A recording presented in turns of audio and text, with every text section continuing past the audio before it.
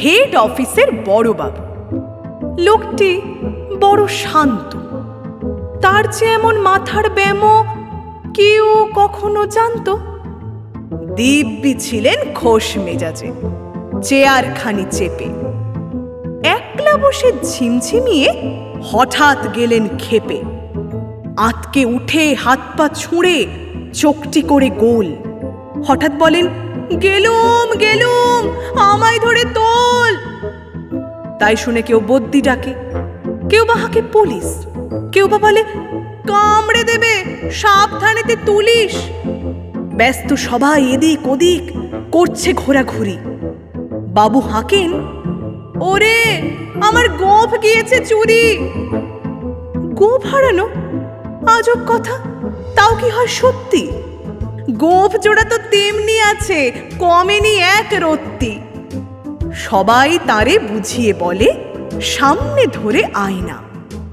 মোটেও গোঁফ হয়নি চুরি, কখনো তা হয় না। রেগে আগুন, তেলে বেগুন, তেড়ে বলেন তিনি, কারো কথার ধার ধারিনি, সব ব্যাটাকেই চিনি। নোংরা ছাঁটা, খ্যাংরা ঝাঁটা, বিচ্ছিরি আর ময়লা। এমন গোঁফ তো রাখতো জানি শ্যামবাবুদের গয়লা। এ গোঁফ যদি আমার বলিস, করব তোদের জবাই। এই না বলে জরিমানা করলেন তিনি সবাই। ভীষণ রেগে বিষম খেয়ে দিলেন লিখে খাতায়, কাউকে বেশি লাই দিতে নেই, সবাই চড়ে মাথায়। অফিসের এই বাঁদরগুলো মাথায় খালি গোবর। গোঁফ জোড়া যে কোথায় গেল কেউ রাখে না খবর।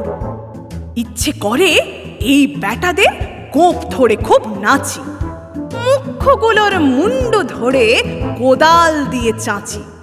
গোঁফকে বলে তোমার আমার, গোঁফকে কারো কেনা? গোঁফের আমি, গোঁফের তুমি, তাই দিয়ে যাই চেনা।